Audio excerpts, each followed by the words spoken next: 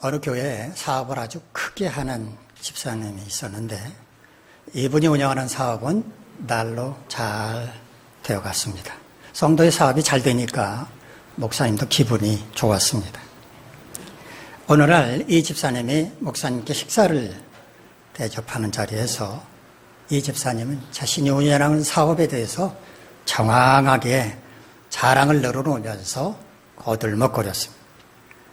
목사님은 그 집사님의 노고를 위로하고 격려하면서 노파심에서 한 가지 충고를 해줬는데 사업이 잘 될 때 교만해지고 그러면 마귀가 틈타기 쉬우니까 겸손하게 더 낮은 자세로 꼼꼼하게 잘 챙기는 게 좋겠다고 말해줬습니다. 하지만 그 집사님은 목사님의 말을 귀 기울여 듣는 것 같지 않았습니다.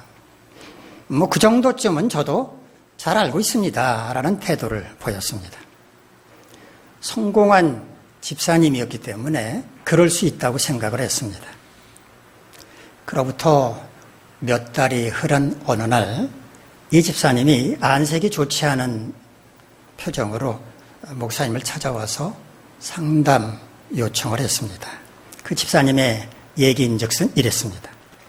20년 넘도록 함께 일한 창업 멤버였던 직원이 새로운 사업을 회사에서 구상을 해서 발표를 했더니 정면으로 반박을 하면서 마치 대드는 것처럼 그렇게 반대를 했다고 합니다. 괘씸한 생각에 당신 그럴 거면 나가라 라고 얘기했더니 이 직원이 나갔다는 겁니다. 그 자리를 박차고 나가서 경쟁업체로 자리를 옮겨가지고 거래처 가운데 상당 부분을 빼앗아갔다는 것이었습니다. 뿐만 아니라 새롭게 시작한 그 사업은 수익을 내기는커녕 마치 돈 먹는 하마처럼 회사의 재정 상태를 악화시키고 있다면서 목사님, 저희 사업을 위해서 기도 좀 해주십시오 라고 말하는 것이었습니다. 목사님은 그 집사를 위해서 기도해주고 돌려보냈는데 마음 한구석 씁쓸함을 금할 수가 없었습니다. 사업이 잘 될 때 교만하지 않도록 조심하십시오. 겸손하게 잘 챙기십시오라고 충고를 할 때는 듣는 둥 마는 둥 귀뚱으로 듣더니 아무 대책도 소용이 없는 그런 상황이 악화된 상황이 되자 다급하게 찾아와서 기도 요청을 했기 때문이었습니다. 잘 나갈 때 조심해라. 이 말은 너무나 당연합니다. 그러나 정작 잘 나갈 때는 이 말이 귀에 들어오질 않습니다. 잘 나감으로써 이미 교만해질 대로 교만해졌기 때문입니다. 공들여 쌓은 탑이 다 무너지고 난 다음에서야 잘 나갈 때 조심했어야 했는데 라고 후회를 하게 되지만 그래 본들 그때는 아무 소용이 없습니다. 우리는 오늘 본문을 통해서 잘 나갈 때 조심해야 한다는 말이 뭘 의미하는지를 살펴보게 될 것입니다. 오늘 말씀을 통해서 하나님이 우리에게 주시는 교훈을 깨달아는 은혜가 있기를 간절히 바랍니다. 오늘 본문은 남유다 왕국의 르호보암 왕이 나라를 다스릴 때 있었던 일을 기록하고 있습니다. 솔로몬 왕의 아들인 르호보암은 이스라엘을 분열시킨 장본인입니다. 솔로몬 왕은 통치 말년에 하나님으로부터 멀어지게 됩니다. 그리고 애굽, 모압, 암몬, 에돔, 시돈, 헷 이런 여러 이방 나라들로부터 왕비를 데려오게 됩니다. 솔로몬의 지혜는 그 당시 그 주변 나라들에게 이렇게 잘 알려진 그래서 그야말로 솔로몬은 국제적인 스타가 되어 있었기 때문에 주변 나라들로서는 솔로몬에게 왕비를 모셔가게 하는 것, 그거는 자타, 무슨 꺼리낌 없이 그렇게 하고 싶어서 아마 스스로 한 나라들도 많았을 것이라고 생각을 합니다. 그런데 이런 이방 나라들로부터 여인들이 들어올 때 그 여인들만 들어온 게 아니었습니다. 그들이 섬기는 이방 신도 함께 따라 들어왔습니다. 시돈 사람들이 섬기던 아스타롯 여신, 암몬 사람들이 섬기던 밀곰과 몰록, 모압 사람들이 섬기던 그모스 신, 이런 신들이 왕비가 들어올 때 같이 이스라엘로 따라 들어왔습니다. 하나님께서 이런 상황을 지켜보시고 어떻게 가만히 계실 수가 있겠습니까? 진노하셨습니다. 그리고 솔로몬에게 어느 날 이렇게 말씀을 하셨습니다. 열왕기상 11장 11절로 13절 말씀입니다. 여호와께서 솔로몬에게 말씀하시되 네게 이러한 일이 있었고 또 네가 내 언약과 내가 네게 명령한 법도를 지키지 아니하였으니 내가 반드시 이 나라를 네게서 빼앗아 네 신하에게 주리라. 그러나 네 아버지 다윗을 위하여 네 세대에는 이 일을 행하지 아니하고 네 아들의 손에서 빼앗으려니와 오직 내가 이 나라를 다 빼앗지 아니하고 내 종 다윗과 내가 택한 예루살렘을 위하여 한 지파를 네 아들에게 주리라 하셨더라. 솔로몬이 다스리는 나라를 빼앗아서 신하에게 주겠다고 말씀을 하십니다. 솔로몬에게서 통치권을 박탈하겠다는 말씀이었습니다. 왕에게 이보다 더 치욕스러운 일이 있을까요? 제가 군복받은 시절에 대대본부 상황실에서 근무를 했었습니다. 그런데 그때 제가 가까이에서 모시던 현직 대대장, 대대장이 지휘권을 박탈당하는 것을 목격한 적이 있었습니다. 어느 날 갑자기 상급부대 지휘관과 무장한 병력들이 들이댔더니 대대장에게서 무기를 회수하고 무장 해제를 시켰습니다. 아마 여러분 보셨겠지만 지휘관들은 여기 허리에 권총을 차고 다닙니다.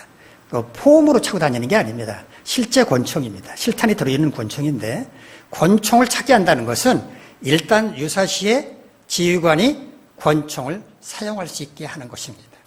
그런데 그 권총을 빼앗았다는 건 무슨 의미일까요? 지휘관으로서의 권한을 박탈한다는 것이었습니다. 왜 그런 일이 벌어졌는지 말단 병사에 불과했던 저는 알 길이 없었지만 들리는 소문으로는 술자리에서 한 어떤 말 때문이라고 했습니다. 군대가 참 무서운 곳이구나 생각을 했었습니다. 지휘관으로서 그보다 더 치욕스러운 일이 어디 있겠습니까? 솔로몬도 왕으로서의 통치권을 박탈당하게 된 것입니다. 그런데 하나님은 그 시기를 유보하십니다. 솔로몬 당대가 아니라 솔로몬의 아들 대에 그런 일을 시행하겠다고 말씀을 하신 겁니다. 죄를 범한 죄인에 대해서 법정에서 판결을 내릴 때 징역 1년에 집행유예 3년 이런 판결을 내리는 것을 언론을 통해서 들어보셨을 것입니다. 징역 1년에 집행유예 3년이란 말은 이 사람이 지은 죄는 1년 동안 감옥살이를 해야 마땅하지만 여러 가지 상황을 고려해서 3년 동안은 감옥에 보내는 일을 유보하겠다. 대신 그 3년 동안 근신하면서 다시 죄를 짓지 않는다면 1년간 옥살이한 것으로 쳐주겠다, 간주하겠다. 이런 의미로 내리는 판결이 집행유예 1년에 징역 1년에 집행유예 3년이란 말입니다.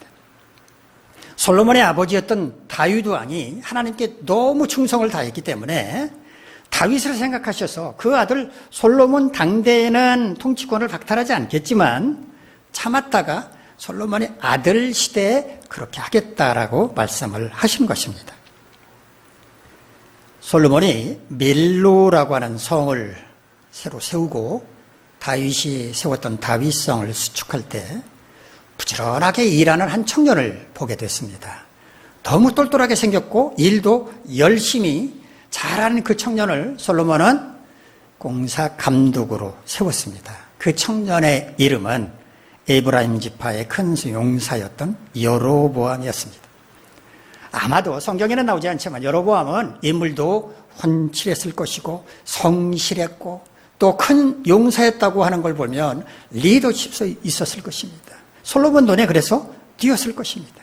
그래서 솔로몬이 이 여로보암을 공사 감독으로 세운 것입니다. 그런데 어느 날 아시야 선지자가 이 여로보암을 찾아와서 아주 독특한 행동을 합니다. 열왕기하 11장 30절로 33절 말씀입니다. 아히야가 자기가 입은 새 옷을 잡아 12조각으로 찢고 여로보암에게 이르되 너는 10조각을 가지라. 이스라엘 하나님 여호와의 말씀이 내가 이 나라를 솔로몬의 손에서 찢어 빼앗아 10지파를 내게 주고 오직 내 종 다윗을 위하고 이스라엘 모든 지파 중에서 택한 성읍 예루살렘을 위하여 한 지파를 솔로몬에게 주리니 이는 그들이 나를 버리고 시돈 사람의 여신 아스타롯과 모압의 신 그모스와 아몬 자손의 신 빌곰을 경배하며 그의 아버지 다윗이 행함 같지 아니하여 내 길로 행하지 아니하며 나 보기에 정직한 일과 내 법도와 내 율례를 행하지 아니함이니라. 전에 하나님께서 솔로몬에게 하셨던 그 말씀을 아이야 선지자를 통해 다시 한번 구체화하신 겁니다. 솔로몬에게서 나라를 빼앗아서 여로보암에게 주시겠다고 받을 그 대상을 구체적으로 적시를 한 겁니다. 아히야 선지자가 여로보암에게 한 이 말과 행동은 금방 솔로몬의 귀에 들어가게 됩니다. 그리고 솔로몬은 왕권을 위협하는 이 여로보암 그대로 내버려 두고자 하지 않습니다. 죽이고자 합니다. 그러자 여로보암은 애굽으로 망명하게 됩니다.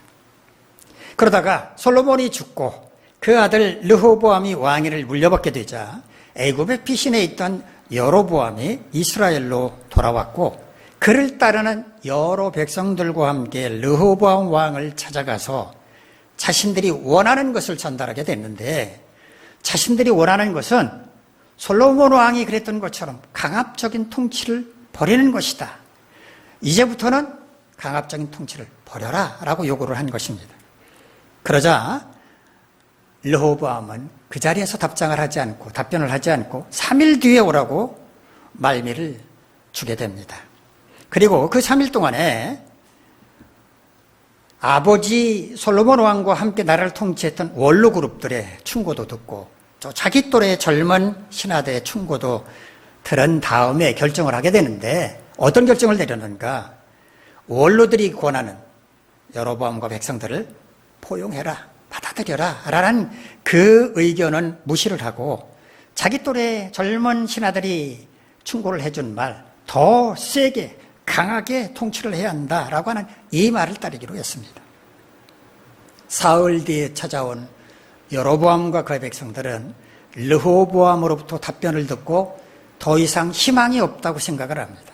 그리고 르호보암에게서 등을 돌리고 말았습니다. 결국 이 일로 말미암아서 이스라엘은 분열이 됩니다. 남과 북으로 분열이 되는데 여로보암을 따르는 10개 지파의 북이스라엘 왕국, 그 다음에 르호보암을 지지하고 따르는 유다와 베냐민 지파의 남유다 왕국으로 갈라지게 됩니다. 이스라엘이 이처럼 분열된 것은 물론 하나님의 뜻이었습니다. 그렇지만 르호보암이 여로보암을 포용하지 못함으로써 그렇게 되었기 때문에 르호보암에게는 불명예스러운 딱지가 붙게 된 것입니다. 오늘 본문의 이야기는 르호보암 왕이 오른 지 5년이 지났을 때 있었던 일을 소개하고 있습니다. 우리 본문 1절 말씀 함께 읽겠습니다. 시작. 르호보암의 나라가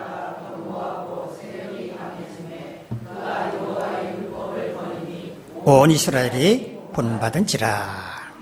견고하다라는 말은 히브리어 꾼이라는 말을 번역을 한 건데요. 확고히 서다, 굳게 선다는 뜻입니다. 요즘 말로 말하면 나라가 안정되었다는 말입니다.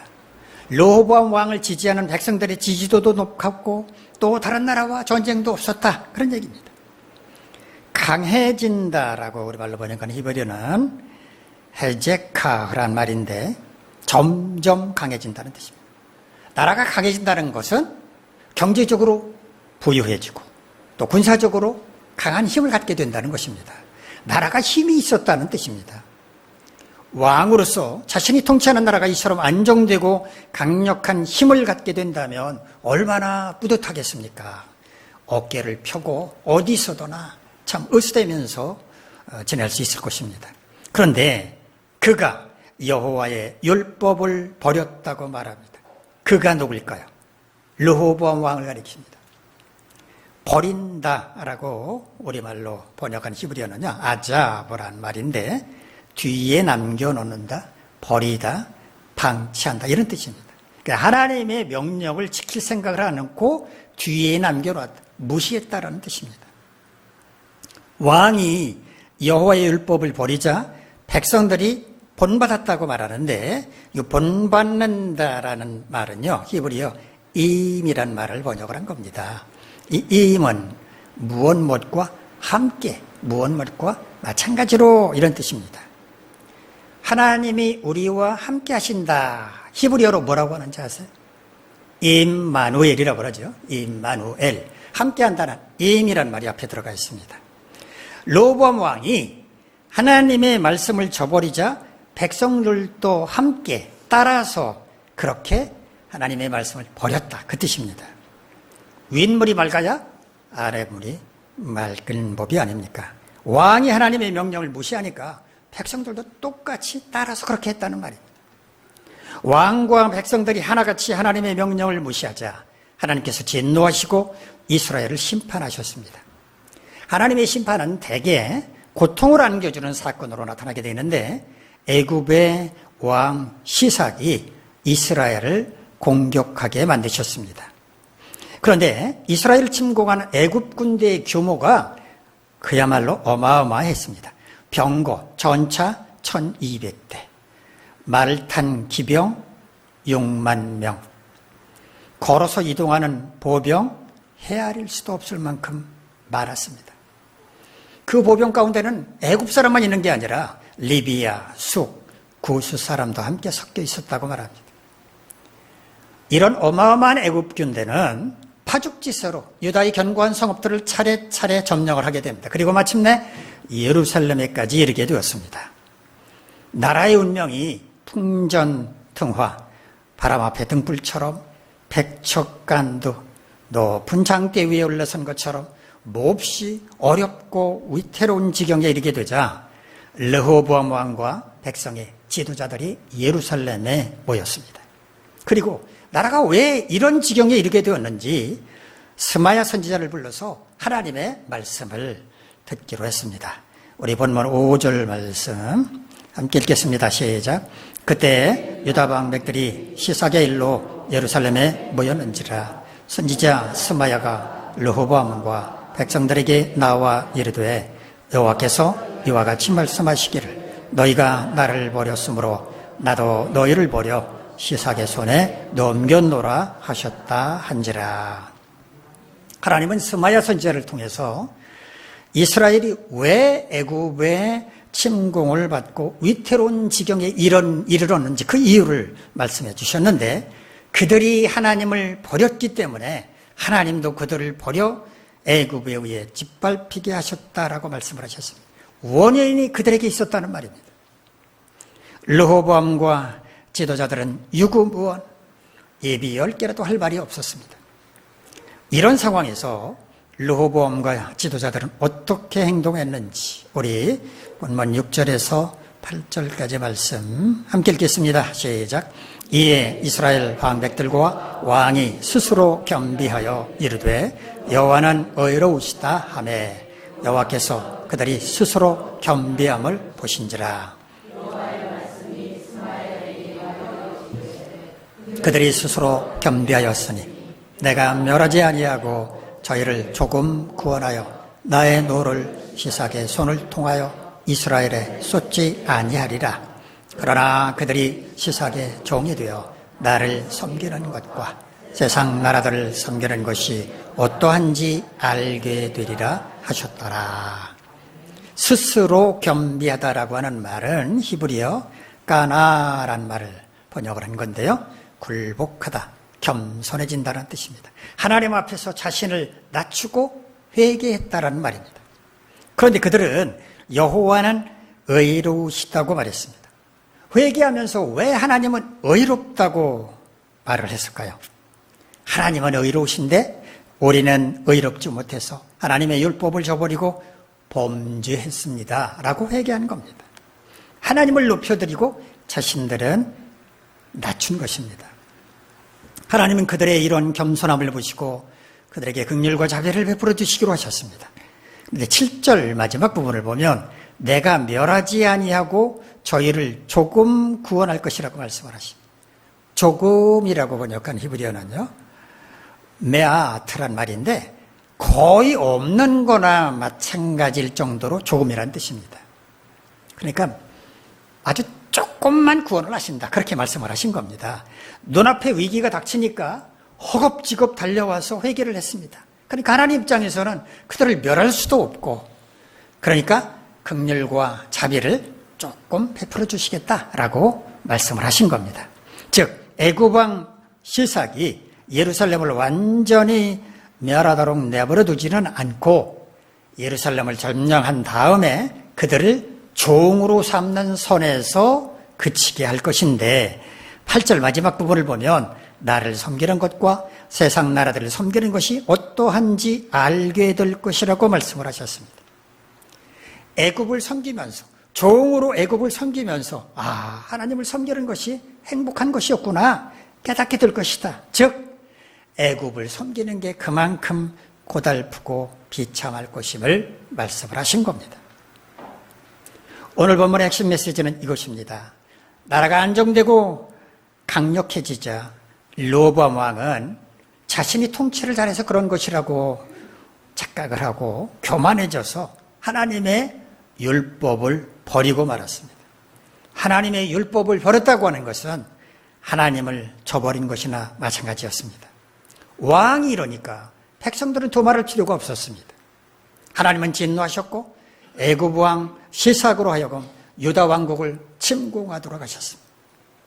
나라가 위태로운 지경에 이르게 되자 르호보암 왕과 지도자들은 하나님 앞에서 회개했고, 하나님은 그들에게 긍휼과 자비를 베푸셔서 애굽에 의해 완전히 멸망하지는 않게 하셨고 그들의 종이 되어 섬기게 하셨습니다. 르호보암이 그랬던 것처럼 오늘 우리도 모든 일이 형통할 때 자신이 잘해서 그런 것이라고 착각을 하고 교만해지기 쉽습니다. 교만해지면 하나님마저도 두려워하지 않게 되고, 그렇게 되면 죄악이라고 하는 늪에 빠질 위험이 커집니다. 하나님은 오늘 본문을 통해서 우리 모두에게 잘 나갈 때 조심하라고 말씀을 하십니다. 우리는 잘 나갈 때 조심해야 한다는 말을 자주 합니다. 그런데 대부분의 사람들은 다른 사람을 향해 이런 말을 하는 걸 좋아하지, 누군가가 자신을 향해서 잘 나갈 때 조심하시오 라고 말을 들으면 별로 기뻐하지 않습니다. 사람들 대부분이 다 그렇습니다. 나는 괜찮은데 다른 사람이 문제라고 생각하는 겁니다. 하지만 오늘은 여러분 자신에게 이 말씀을 적용해 보시면 어떨까요? 하나님께서 여러분 자신에게 하시는 말씀, 곧 여러분 자신을 위한 말씀이라고 한번 생각해 보시라는 말입니다. 우리는 왜 잘 나갈 때 조심해야 할까요? 첫째는요, 우리가 잘 나가게 된 그것이 우리 자신의 공로가 아니라 하나님의 은혜이기 때문입니다. 해가 뉘어뉘어 저물어갈 무렵 길을 거닐던 이리가 자기의 긴 그림자를 보게 됐습니다. 그림자를 보면서 이리는 감탄을 했습니다. 이야, 내 몸이 이렇게 컸나? 야, 3미터는 되겠는데? 그동안 내가 사자를 괜히 두려워했어. 내가 왕이 되어야지. 그래서 모든 동물을 다스릴 거야. 사자도 내 밑에서 굴복하게 할 거야. 이리는 으스대면서 만나는 모든 동물들에게 횡포를 부렸습니다. 얼마 있다가 이 이리가 사자를 만나게 되는데, 그때도 간이 분 이리가 고드름을 피우면서 사자 앞에서 껐덕껐덕 하다가 단번에 사자에게 잡혀먹고 말았다고 합니다. 이리는 그림자를 보면서 그게 자신의 진짜 모습이라고 착각을 했습니다. 모든 일들이 형통할 때 우리도 그 모든 것이 다 내가 잘했기 때문이라고 착각하기 쉽습니다. 우리는 오로지 우리 자신이 노력한 것만 생각을 합니다. 그러니까 내가 잘해서 한 것이라고 생각을 하지요. 그러나 우리의 노력 말고도 우리를 잘되게 한 것은 여러 가지가 있습니다. 시기가 좋았기 때문일 수도 있고 주변 사람들이 도와줬기 때문일 수도 있습니다. 여러 가지 상황을 모두 고려해 보면 우리가 잘 나가게 된 것은 하나님의 은혜일 뿐입니다. 하나님의 은혜로 잘 나가고 있으면서도 모든 게 자신이 잘해서 그런 거라고 거들먹거린다면 그건 교만하고 어처구니 없는 짓에 불과합니다. 둘째, 우리가 잘 나갈 때 조심해야 할 이유는 언제까지나 계속 잘 나갈 수가 없기 때문입니다. 세상 모든 일에는 다 굴곡이 있기 마련입니다. 높이 올라갈 때가 있으면 언젠가 떨어질 때도 있습니다.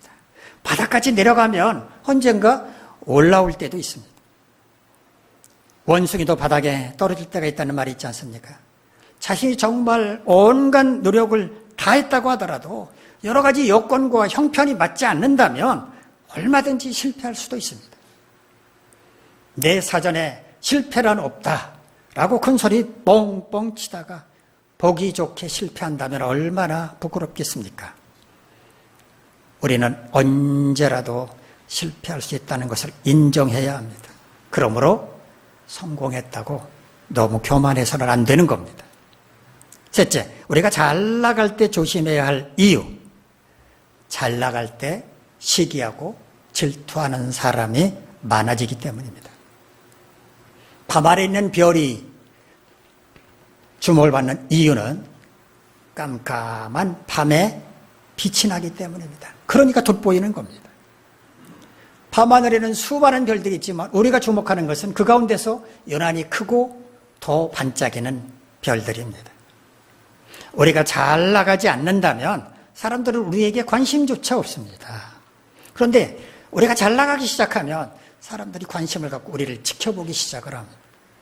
그리고 아주 작은 실수 하나만 해도 침소봉대, 그야말로 바늘만한 실수를 몽둥이만한 실수라고 부풀려대기 시작합니다. 우리가 잘 나가면 사람들이 우리를 깎아내리기 위해서 눈에 불을 켜고 지켜본다는 것 잊어서는 안 됩니다. 더 나아가서는 지켜보기만 하는 게 아니라 넘어지기만을 학수고대, 학처럼 목을 길게 빼고 기다린다는 것도 알아야 합니다. 그러므로 잘 나갈 때 교만하지 말아야 합니다. 사탄도 호시탐탐 호랑이가 먹이를 노리듯 우리를 넘어뜨리기 위해서 지켜보고 있기 때문입니다. 그렇다면 잘 나갈 때 조심하려면 우리는 어떻게 해야 할까요? 첫째는요, 하나님께서 내 삶의 주인이심을 고백할 수 있어야 합니다. 자기 삶의 주인이 자신이라고 생각하는 사람과 하나님께서 내 삶의 주인이라고 생각하는 사람은 출발점도 다르고 지향하는 목표도 다릅니다. 하나님께서 자기 삶의 주인이라고 생각하는 사람은 생각하는 단계부터, 즉 계획하는 단계부터 하나님과 상의를 합니다. 처음부터 주인과 상의하는 것이 마땅하기 때문입니다. 하나님과 상의하는 이 단계는 기도하는 단계입니다. 만약 인생의 중요한 전환점에서조차 기도하지 않는 사람이 있다면 그 사람은 자기 인생의 주인이 자신이라고 생각하는 사람입니다. 자기가 주인이라고 생각해서 자기 마음대로 어떤 일을 계획하고 자기 힘과 능력으로 그 일을 수행할 수도 있습니다. 다만 그 결과도 자신이 책임져야 합니다. 실패하고 난 다음에 하나님께로 와서 하나님을 원망하거나 하나님을 탓해서는 안 되는 것입니다. 이렇게 사는 삶은 하나님이 없는 삶, 하나님을 떠난 삶인데 의외로 이렇게 안타까운 삶을 사는 그리스도인들 참 많습니다. 그러나 하나님이 자기 삶의 주인이라고 생각하는 사람은 이 일을 추진해 나갈 때 하나님의 도우심을 구합니다. 주님 은혜가 아니면 이 일은 성공할 수가 없습니다 라고 고백하며 선적으로 주님만을 의지합니다. 이런 사람에 대해서 주님이 모르는 척 외면하실 수 있겠습니까? 하나님께서 자기 자신의 삶의 주인이라고 생각하는 사람은 이 일의 결과마저도 주님께 다 맡깁니다. 주님의 뜻이라고 그 결과를 받아들입니다. 성공도 실패도 다 주님이 하신 일이며 영광 또한 주님께서 받으셔야 한다고 생각합니다. 하나님이 자기 삶의 주인이라고 생각하는 이런 사람이 하나님의 명령을 무시하겠습니까? 천만의 말씀입니다. 하나님 앞에서 교만할까요? 절대로 그렇지 않습니다. 두 번째, 우리가 잘 나갈 때 조심하려면 언제 어디서나 하나님의 백성답게 살아가도록 힘써야 합니다. 하나님의 백성다움은 뭡니까? 하나님의 성품을 닮아가는 것, 하나님의 마음을 품고 사는 것입니다. 정직하고 성실하고 의롭고 선하고 겸손해야 합니다. 주님의 마음을 품고 누구를 대하든지 다 주님을 대하듯이 해야 합니다. 행여라도 자기의 말과 행동이 주님께 누가 되지 않도록 조심해야 합니다. 하나님의 백성답게 살도록 힘쓰는 사람이라면 잘 나갈 때 교만할 리가 없습니다. 잘 나가지 않는다고 기가 죽어 있을 리 만무합니다. 어떤 상황에서든지 능력의 주님이 나와 함께 하시니 당당할 것이고 주님보다 앞서 나가지 않으니 겸손할 것입니다. 어떤 경우에도 하나님의 백성다움을 잃어버리지 않을 것입니다. 세 번째, 우리가 잘 나갈 때 조심하려면 언젠가 잘 나가지 못할 때가 있음을 깨닫고 그때를 대비할 수 있어야 합니다. 비 한 방울 내리지 않는다면, 그래서 언제나 맑은 날만 계속된다면 좋을 것 같지만 이 땅에 있는 생명체는 그 생명을 유지할 수 없을 것입니다. 비가 내리면 여러모로 우리 삶은 불편하지만 비가 전혀 내리지 않는다면 생명체는 살아갈 수가 없습니다. 그러므로 우리에게는 비 오는 날이 있어야 합니다. 비 오는 날이 불편하기는 하지만 그런 날이 필요하다면 우리는 비 오는 날을 대비해야 하지 않겠습니까? 비 오는 날을 대비하는 것은 언제일까요? 비가 내리지 않는 맑은 날입니다. 그러므로 우리가 잘 나갈 때는 교만할 것이 아니라 언젠가 잘 나가지 않게 될 그날을 대비하는 것이 지혜로운 것입니다. 모든 일이 잘 될 때, 형통할 때, 잘 나갈 때 우리는 기뻐하고 즐거워하지만 이때 교만함으로 범죄하지 않도록 조심해야 합니다. 우리가 잘 나갈 때 조심해야 할 이유는 뭡니까?